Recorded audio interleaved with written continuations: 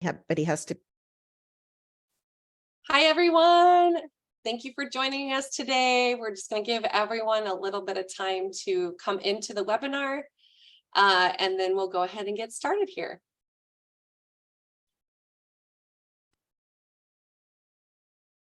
Welcome, everybody. So glad to have you here today, joining us this morning. We'll get started here in a little bit. Let everyone join us today. Hope you're having a great Thursday. Yay, we got the sunshine back. So happy for that. Love to see everyone joining us.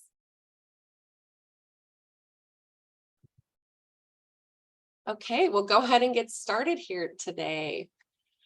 My name is Carly Curley, and I use pronouns she, her. I am a white woman with pink and black hair. I have a black and white dress on and have a green WASAC background behind me. I am the assistant director for need-based programs, and specifically what I work with are the College Bound, Washington College Grant, Washington Bridge, and I also work with the WASFA application. So I'm so pleased to join with you today and be able to go over the Washington College Grant Connect program. And joined with me is the fabulous Gabrielle Matul-Wurst. She will be here in the background and be helping us moderate some questions and help towards the end of the presentation as well. So thank you so much, Gabi, for being here. Great to be here. Yeah, so just a little housekeeping. We will be using the Q&A function today. And so if you have any questions, please enter your questions in there. We will be answering them along the way, but also if we want to answer them live, we'll indicate that and we'll make sure to get to your question at the end of the session today. We're going to have plenty of time to go over questions. So please, if anything pops up, don't be shy. Please let us know. We want to make sure that everyone feels comfortable with this program. And especially since we're getting close to having this program come into place on July 1st, we want to make sure that everyone's on the same page. So again, thank you so much for being here. And we will get going with our agenda here. So what are we going to talk about today? Today, we're going to talk about a general overview of what the Washington College Grant Connect is. So we're going to tell you about it, tell you everything you need to know about what that program looks like for you and what it's about. We're going to talk to you about the requirements of the program. So who are the students we're serving, and what is the basis of this program and how will it help others? We're going to talk about our eligibility checker. So you may have not been aware of this, but there is an eligibility checker for the WCG-C, and we'll talk through that process with you, as well as information that is in Seesaw. So what you're going to see when you see students that are eligible under this program, and some things to know about that are specific to this eligibility. So what is the Washington College Grant Connect? You will hear us say WCG-C a lot. We've become familiar with all of our hearts with this program. But what it is it's the 2S HB 1835 that came through the 2022 legislative session. And what it does is it allows for automatic Washington College Grant income eligibility for students that are in certain public benefit programs. And so right now there's 3 specific programs that we're taking a look at students in. So the first is the Age Blind or Disabled Assistance, also called ABD. The Essential Needs and Housing Support Program, also called HEN, and Pregnant Women Assistance Program, PWA. So students in those programs are the ones that would be eligible under the Washington College Grant Connect eligibility. We're also reviewing right now other programs that might be eligible, other public benefit programs that might become eligible in the future. And of course, we would let the community know if there are any changes to who would be eligible under this program. So what are we trying to accomplish, and what do you think the legislators were trying to accomplish with this program? And basically what it is it's a program to remove barriers for students and to try to connect them to higher education and ways to pay for college and or apprenticeships. So this is the thought behind this particular program. And students who meet eligibility under this category are referred to being eligible under the Washington College Grant Connect. So the big way to think about this is it's not a new fund. So there's not a new Washington College grant for these students. It is a program to make them eligible for the Washington College grant. So they just qualify in a different way. And we're going to talk a little bit about what that looks like for these students here. So it's effective July 1st. Like I said, we're coming up on the program beginning, and it's effective also for the 2023 or beginning in the 2023-24 academic year. So just like any other student that's going to be receiving the Washington College grant, they must meet all residency requirements and all of the program requirements. So all of that is still true for these students. But the huge difference with students that qualify under this program is that the FAFSA or WASFA is not required. So this may mean that there's a little bit of coordination that has to come in campuses. And the reason for that is that to identify these students, you'll need to either have a date of birth with the student's name, and we'll talk about that a little bit later with the eligibility checker, or you need to have a social security number. So if you don't have a FAFSA or WASFA on file, you may need to coordinate with the admissions office, for example, to get that information if you don't have access to that information. So even if the student doesn't file a FAFSA or WASFA, they qualify for the maximum Washington College Grant Award. They also qualify for Washington Bridge Grant without a FAFSA or WASFA on file. So that's the big change with this eligibility. So for WCG-C students who filed a FAFSA or WASFA, another thing to keep in mind is they must be awarded the maximum Washington College grant, even if the MFI is over 65%. Now, we don't anticipate a lot of students being in this category since the income requirements for these particular programs are typically equal to or less than what we require for maximum Washington College grant recipients. But in case that does happen, you do still have to award the student the maximum amount, even if they have a higher MFI. So what that means for you is that the awards might need to be adjusted in your system and also in the portal to reflect that. And you also need to make sure you're awarding Washington Bridge Grant alongside the Washington College Grant. Now, of course, if the student is receiving College Bound or Passport to College, they have to have a FAFSA or WASFA on file to receive these. And as we probably talked about in other webinars, the Bridge Grant has some awarding criteria as well. They cannot receive the Bridge Grant along with the College Bound scholarship. So the main thing here is that although students can receive Washington College Grant and they can receive the Bridge Grant without a FAFSA or WASFA, they're still going to need to complete that application to receive their funding, the rest of their funding that they might qualify for. So college band students, again, reminder, are not eligible to receive the Washington College Grant, and MFI must still be met to receive College Bound, unlike those that are in WCG-C where they can get the Washington College Grant above 65% MFI. Don't worry, we're going to break this down even more. There's going to be more information for you. You can kind of see what this is going to look like practically for you.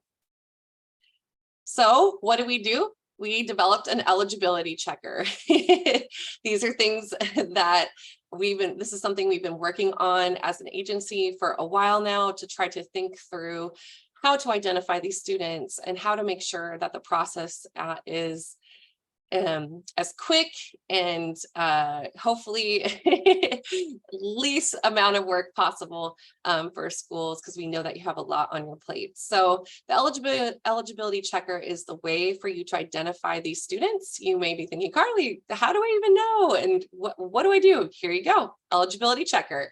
And to access the eligibility checker, what you'll do is log into the portal.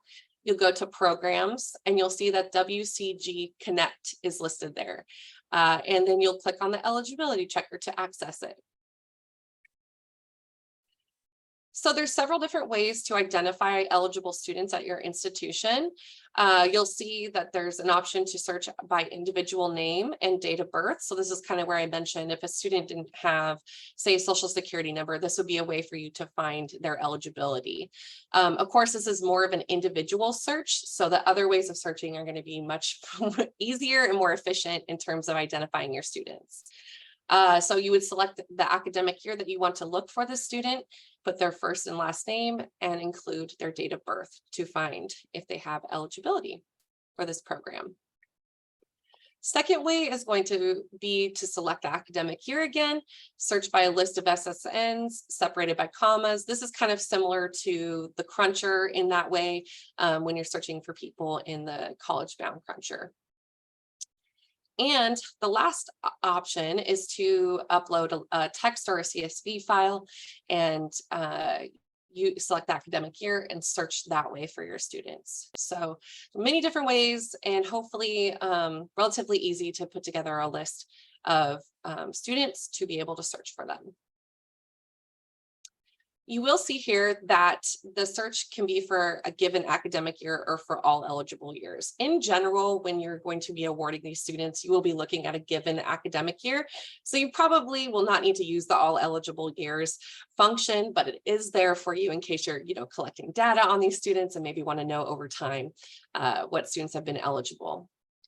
What you'll also notice here is that you'll see the 2022-23 academic year as an option. And while there is information in the checker for these students for this current academic year, it isn't into effect. The program isn't into effect until next academic year. So 2023-24 is the first time that you'll have to get a list of these eligible students and make sure that awarding is being done appropriately for them. So what are you going to see when you go into the WCG-C eligibility checker? This is a list of information, and of course, removed a lot of it of PII, but just so you have a good example of what you're going to find when you click on the eligibility checker. And so what you'll see here, of course, is name, SSNs, birth dates. You will see their eligibility year. You will see how many QERs they have remaining for the student. If the student is CVS eligible, it will say eligible in that box. If they are in repayment, it will include that information as well. And then it'll let you know the last time that we've received the report from DSHS. So that's one thing to know about. There is a delay in reporting from our friends at DSHS. So it could be that a student is eligible, but just hasn't entered the eligibility checker. And we'll talk a little bit about what to do in that situation here in a little bit.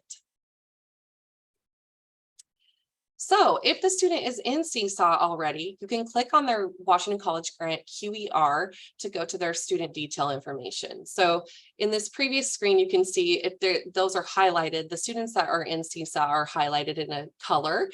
So we see yellow and blue, but if they aren't highlighted, that means we don't have the information in Seesaw yet. So if you click on that QER, it'll bring you to the student detail record. And so one thing you can see right away, I know it is a little bit small, but I'll make this a little bit bigger on the next screen.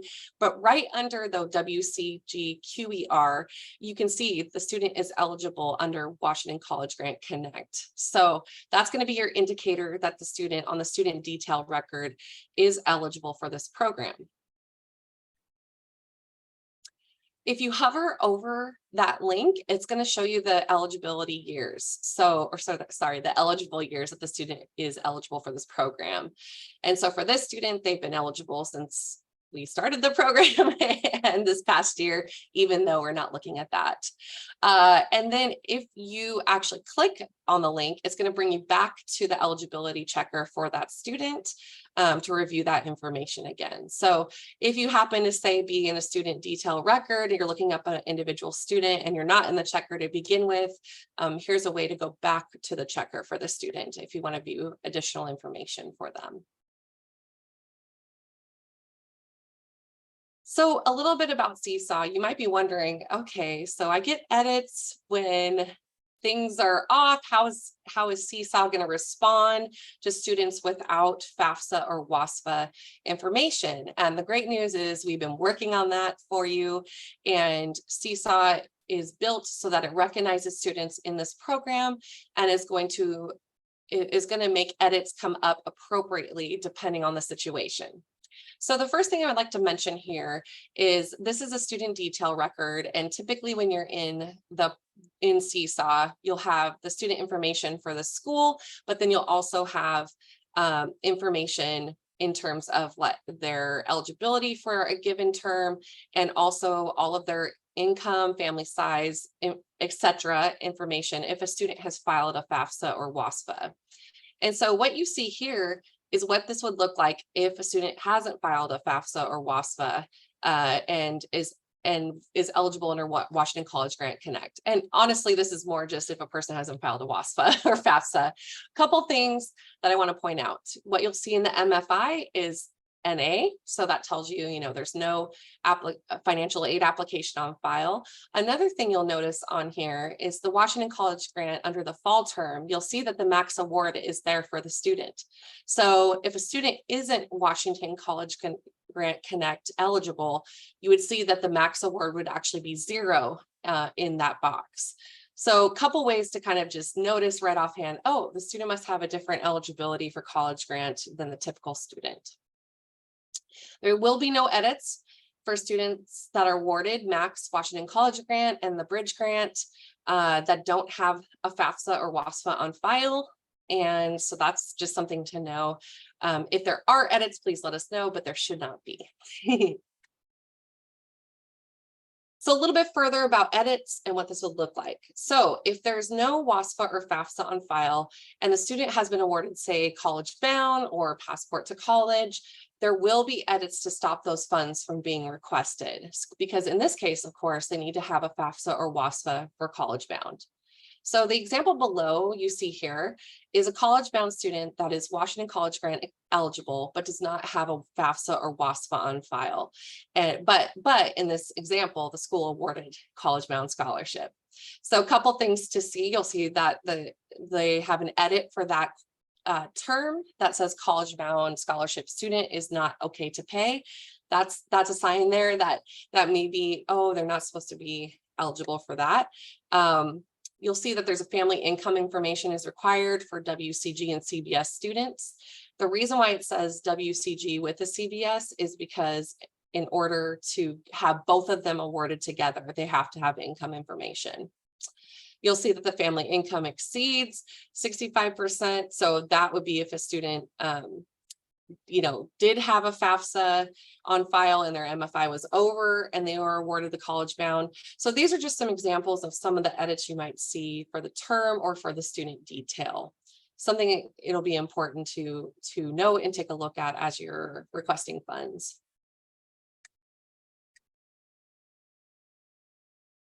So another important thing to remember, and again, we've talked about this a little bit earlier, is that the Washington College Grant Connect eligible students must receive the maximum amount of Washington College Grant and Washington Bridge Award, regardless of their MFI. So in this example, you see that they have a FAFSA or WASFA on file. Their MFI is 75%, but they need to still have the maximum amount of Washington College Grant and Washington Bridge Award. So you'll see here, there's no red exclamation box that's showing you, hey, there's an edit. The student has been awarded the maximum amount of Washington College Grant and Bridge, even though they have a 75% MFI, but there's no edits that will show up because they are awarded correctly. So we talked a little bit that there might be some students that are not in the checker. So maybe there's a delay in our file from DSHS, but a student comes into your school and they say, hey, I think I'm eligible for the Washington College Grant through this program. And good news, there's a way to add them. So what you will need to do is collect documentation of their eligibility from their program. So typically there's a letter or a way that program can identify that the student is enrolled in their program or is eligible for their program. And what you would want to do is then let us know at WASAC by emailing the Washington College Grant team through secure messaging in the portal, and you'll want to include the following information. So if you have a scanned copy of the documentation of their approval, please include that.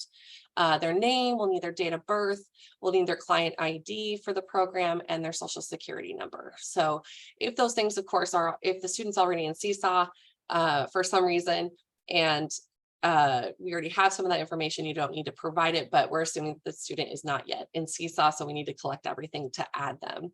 And so what we will do at that point is we'll let you know once we've added them, and then the student can be awarded the funds in the portal as well as in your system. So, couple reminders about this particular program. The Washington College Grant Connect eligibility checker will identify which students are eligible for you. So that is your tool to figuring out which students are on your campus and how to identify them and make sure they're awarded accordingly. WCG-C is not a different fund, but a different way for students to qualify for the Washington College Grant. And it seeks to remove barriers for students. Students are eligible for the maximum Washington College Grant, regardless of their MFI or if they have filed a WASFA or FAFSA. Students can receive Washington College Grant and Bridge without a WASFA or FAFSA on file, but they cannot receive college bound or passport scholarship. So just a couple things to keep in mind. At the end of this webinar, we will have a short survey pop up, and we'll also remind you tomorrow to complete that survey if you haven't already. We ask that you would just take a couple of minutes to complete the survey.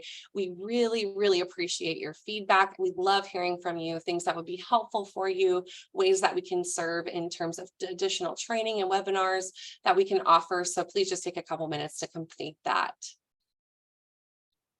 So this has been relatively short, but we are going to move on to some question and answer time.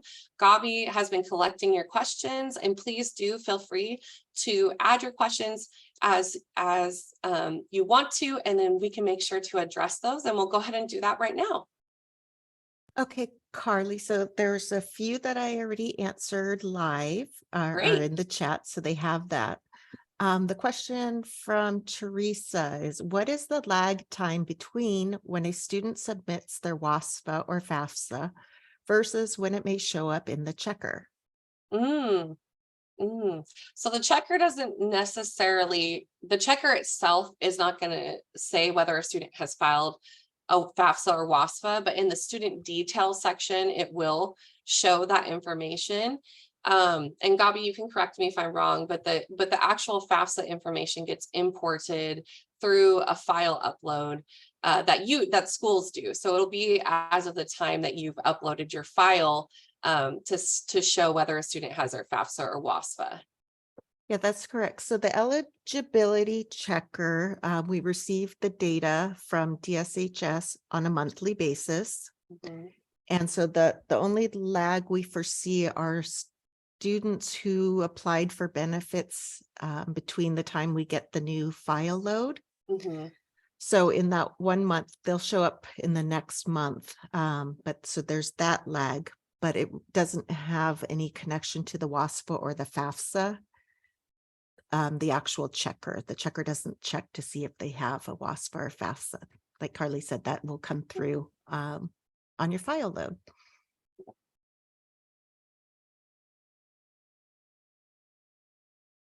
Okay, hopefully I answered that one. Yeah, let us know if you need some follow-up. Yeah. Okay, the next one is from Joy. Lastly, will the CTC link have a new WCG-C page that we currently have access to a WCG and a CBS page? Will you speak more to this topic, please? Yeah, Joy, thank you so much for your question.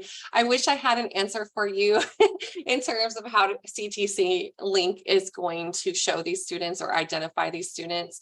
But I will say that SBCTC is aware of this program and is a part of a group that we have where we discuss new programs. And so they are aware. And so I would inquire with them if there's going to be any changes to what you can view in CTC link. But from my understanding, they absolutely are aware that this is coming and are going to be prepared for that. Gabi, any other information about that? No, you answered that right. You know, as this would be a SBCTC issue if you're, at the community colleges. Yeah. Okay, the next one I have is from Zoe. Maybe I missed this. If a student didn't file a FAFSA or WASFA, could they still show up in the eligibility checker as an edit for us? Or will we need to find them another way? Yeah, okay, so couple separate things. The eligibility checker is more checking for students that are enrolled in one of the three programs, benefit programs that make them Washington College Grant Connect eligible. So using the eligibility checker is a way for you to determine who would be eligible for Washington College Grant under the Washington College Grant Connect eligibility program. So that's all that the checker is going to give you. It's going to give you who's enrolled in the Washington College Grant Connect program. And from there, that information is then used to award the student accordingly. So if a student didn't file a FAFSA or WASFA, what you could do is, for the students that are WCG-C eligible, you would know, okay, they can receive Bridge Grant and they can receive the maximum Washington College Grant. So it's more information for awarding purposes rather than saying, oh, they have a FAFSA or WASFA, here's what you should give them. And so, yeah, so basically what I would do is I would take the information that is in the eligibility checker, and there isn't an option to download it as a CSV. So you can find students who, at your school are eligible, and if they're enrolled, and if they are, depending on the number of classes they're taking, you would award them accordingly, knowing that they qualify without a FAFSA or WASFA. So I think that's answering the question that you were wondering, but let me know if I missed any part of that. Okay, next we have from Cindy. We are not able to access the eligibility checker and no access in Seesaw. Okay, so that could be what based on settings. And so each school is going to have a administrator, and that's typically the director of the financial aid office, but they will have access to allow you access to certain types of things in Seesaw. And so it just could be a matter of them needing to update your access so that you can be able to see the eligibility checker.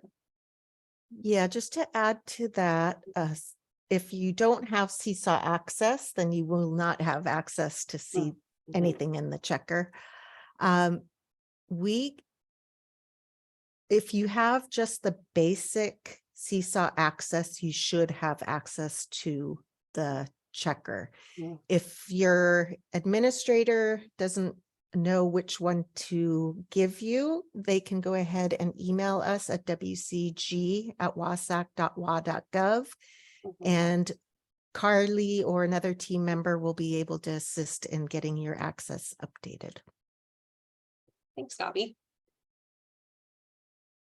Then we have Yumi. Students will not be eligible for WCG if they are in repayment, right? That is a great question, Yumi. Thank you so much.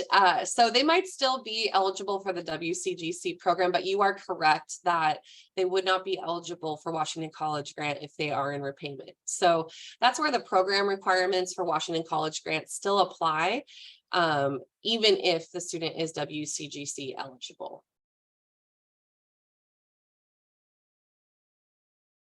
Okay, and then from Joy, are there ways to see if students are accessing these funds at another school before we place them at our institution? Well, in general, in Seesaw, you can only see the students for your institution.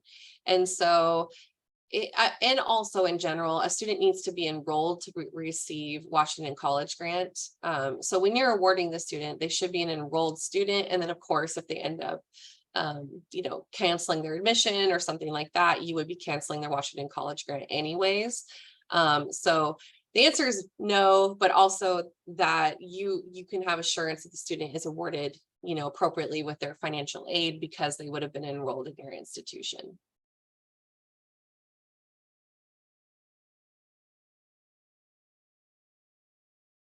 Okay, and then the last one I see for now is from Beth. Mm-hmm.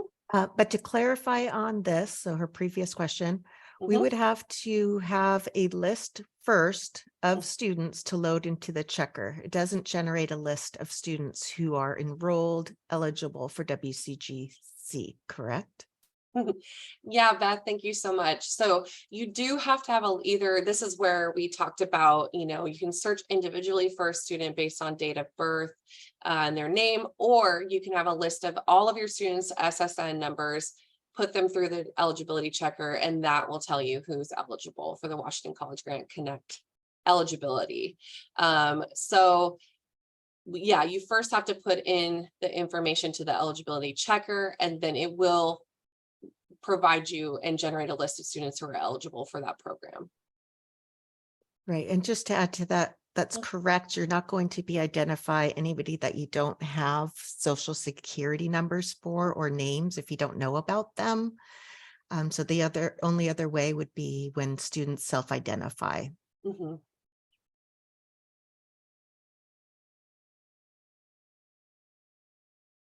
Okay, Tuyet, how do we get the list of students to upload on Eligibility Checker if they don't have a WASFA or a FAFSA? That's a great question too.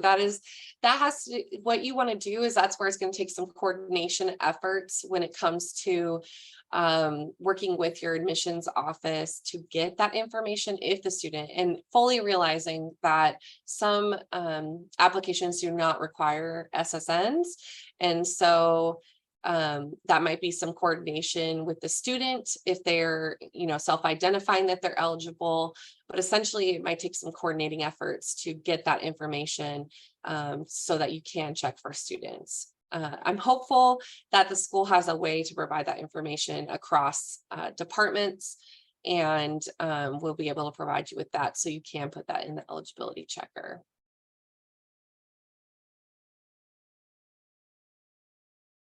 Okay, so there's no current questions. I would like to throw out there just thank you for all of your questions. They're very helpful in us formulating, the processes that we have to think about when building this new program. Mhm. And to keep in mind that this is a brand new program that none of us have any experience with. So it's a learning process for all of us, and we'll be working together to make sure that the students are served in the best way possible. Mhm. And we really appreciate all of your feedback and your help in working with students so that they do get their funding. Yes. And a Yes. couple new questions popped up. All right. Okay, so Beth is confirming that this is effective for the 23-24 school year, correct? That is correct. Thanks, Beth. And then Joy, will this be a separate program guide or embedded in the WCG CBS program guide? Yes, Joy, great question. Yes, we did include it in the Washington College Grant and College Bound Program Manual, and hope to have that up here soon. I know we've been talking about that for a while. We do hope to have that up on our website very soon, and I will likely send out a message to let people that know that it's available, so you don't miss out when we've updated it. All right.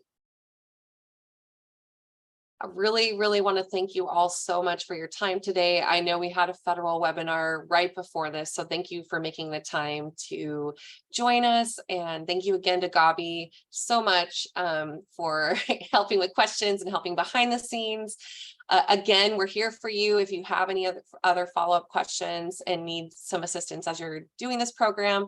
Please email us at the WCG email, and myself or one of my teammates will answer that for you. And I do see that we have a question about the slideshow being posted. We will be posting these presentations on the FAA resources page. Absolutely. And again, thank you so much for joining us. We would love to see you at another webinar. We will have the WASFA webinar this afternoon, and look forward to your feedback on the survey. Have a wonderful day.